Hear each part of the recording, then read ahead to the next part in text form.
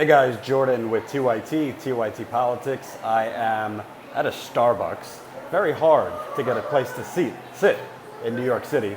So I'm standing. I wanted to do a quick video for you on the Trump administration and their apparent warming up to bank regulation. Yes, that is not a mistake.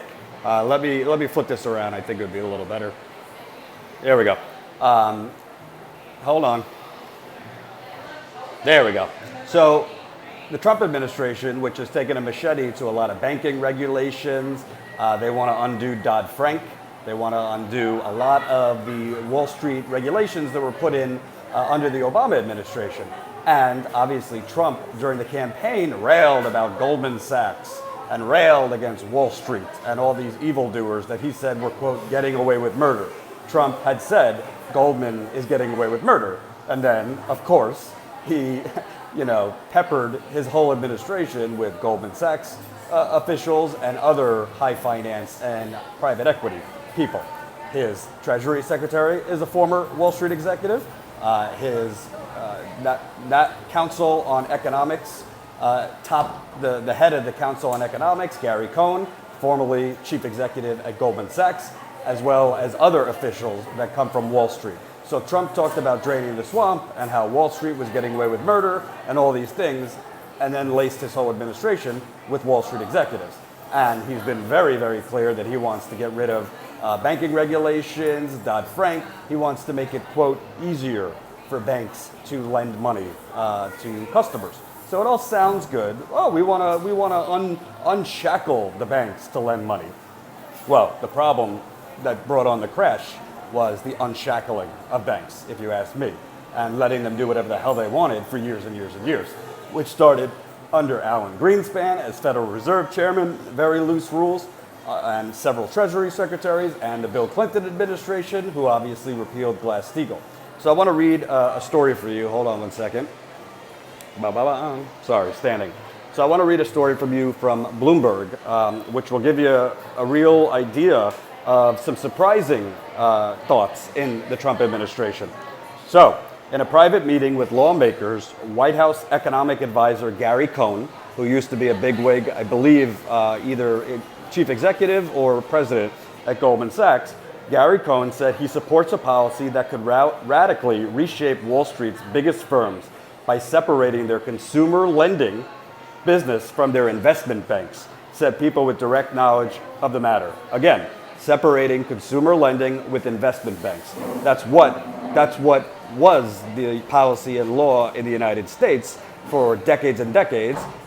Strong banking regulations were put in under Franklin Delano Roosevelt, and then in 1999, under Bill Clinton, he repealed Glass-Steagall, which allowed commercial banks and investment banks to basically work with one another. Commercial banks could pass off things like mortgages and other financial products to investment banks for them to create all of these crappy mortgages and other things.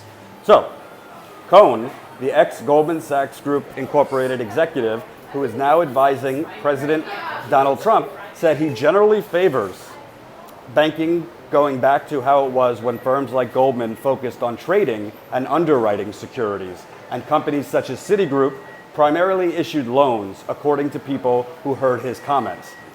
The remark surprised some senators and congressional aides who attended the Wednesday meeting, as they didn't expect a former top Wall Street executive to speak favorably of proposals that would force banks to dramatically rethink how they do business. Yet Cohn's comments echo what Trump and Republican lawmakers have previously said about wanting to bring back some version of the Glass-Steagall Act, the Depression-era law that kept bricks and mortar lending separate from investment banking for more than 6 decades. So this is pretty surprising that the former executive at Goldman Sachs, who came over to Trump and is now chief of the Council on Economics, is talking about he wants to split up commercial banks from investment banks. He called it lending banks from investment banks, but it's commercial banks and investment banks. To split them up, that would mean some type of reinstatement of Glass-Steagall, which Bernie Sanders has called for, which other progressive lawmakers and activists have called for. which Hillary Clinton would not sign on to, which the Cory Bookers of the world will not sign on to because they take oodles and oodles of cash from Wall Street. It's very interesting. There could be ulterior motives for someone like Gary Cohn, who obviously is a creature of Wall Street, to say he wants to separate commercial banks from investment banks. Those ulterior motives could be wanting banks like Goldman and other investment banks to corner the market on certain things.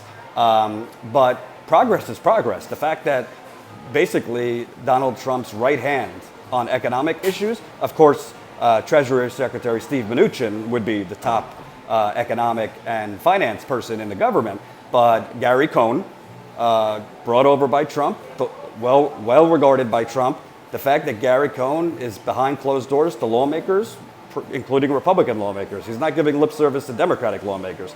These were Republican lawmakers.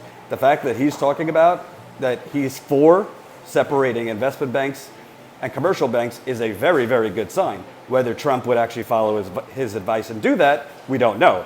We should mention that it was in the Republican platform. The Democrats had a platform during the campaign. The Republican platform called for reinstating Glass-Steagall. The Democratic platform did not call for that. Now, whether we believe that they meant it or they're actually going to do it is a whole separate thing.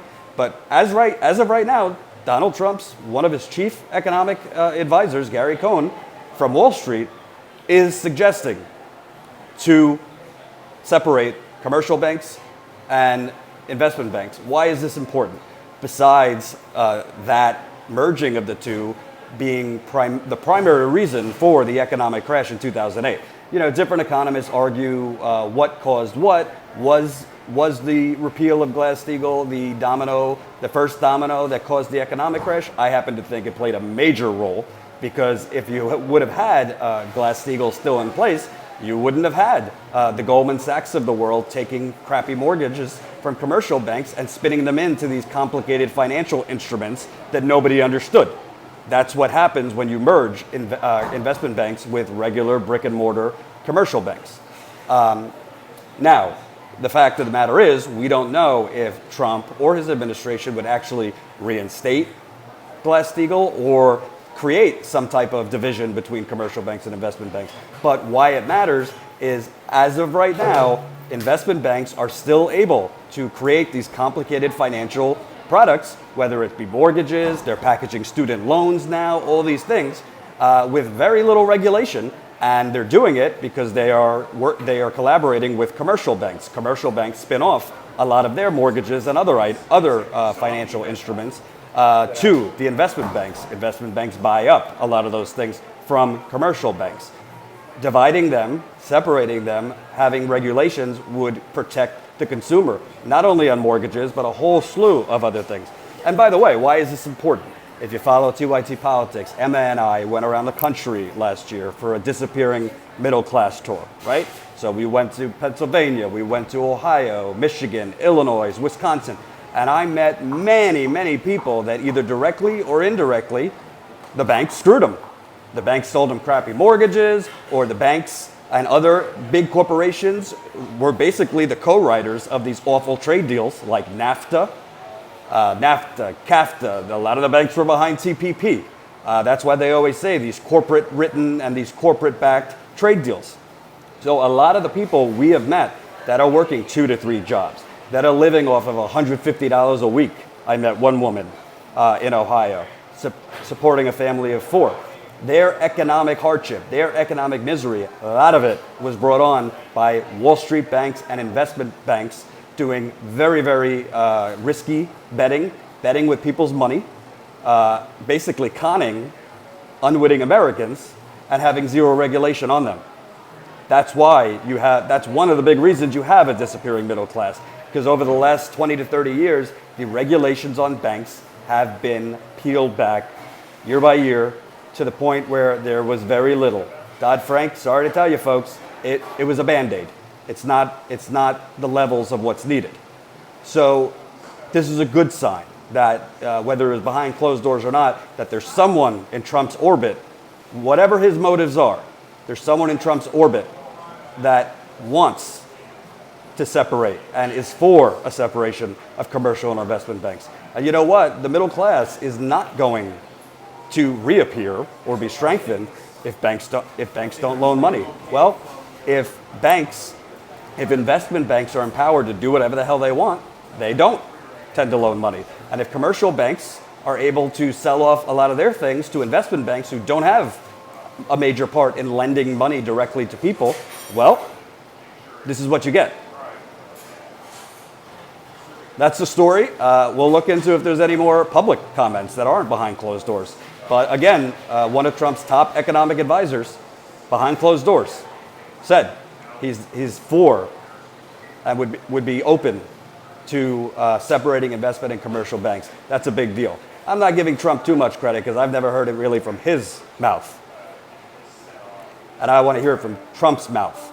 But hey, any crumb of progress in this nightmare administration is a good sign. Thanks for watching. I'll talk to you guys later.